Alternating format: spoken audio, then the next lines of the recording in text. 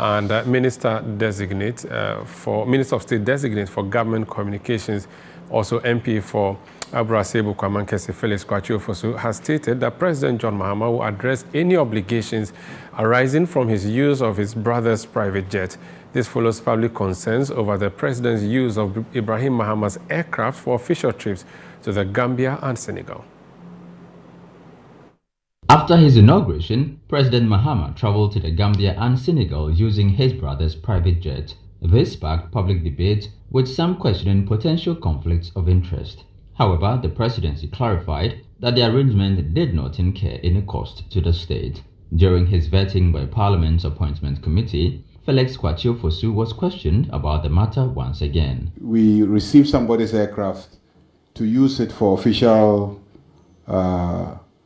trip, and we haven't paid for it.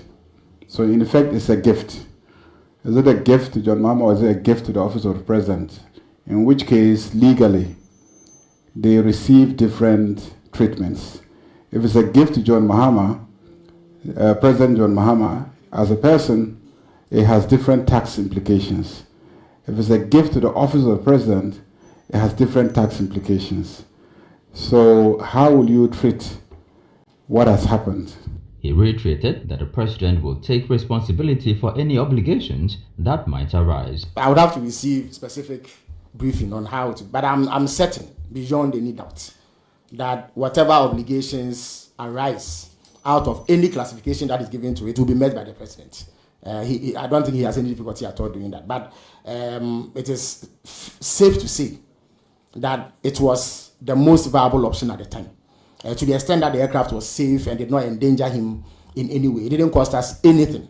I, as a Ghanaian, would prefer that arrangement to what President Akufo-Addo was doing, to be fair. But as for the classification, I'm sure that the president has a legal counsel, so I'm sure that she can help in determining the classification. But if it is classified and any obligation arises, the president will have no difficulty meeting it. On government communication, the minister-designate pledged to ensure transparency and factual reporting.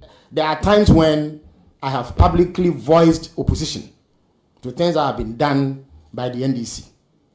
Sometimes you face a backlash, but I believe that we all have to learn to put principle above everything.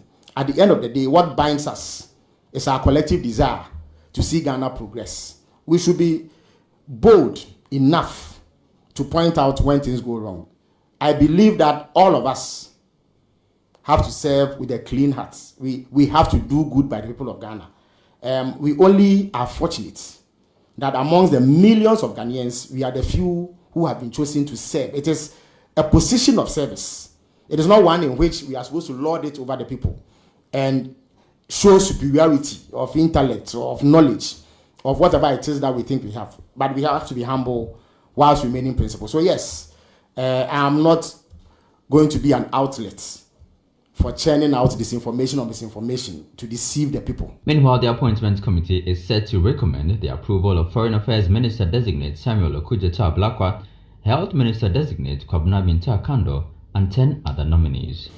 This committee must recommend to the House, and the recommendation must be by way of the decision of the committee, whether a majority or a consensus decision.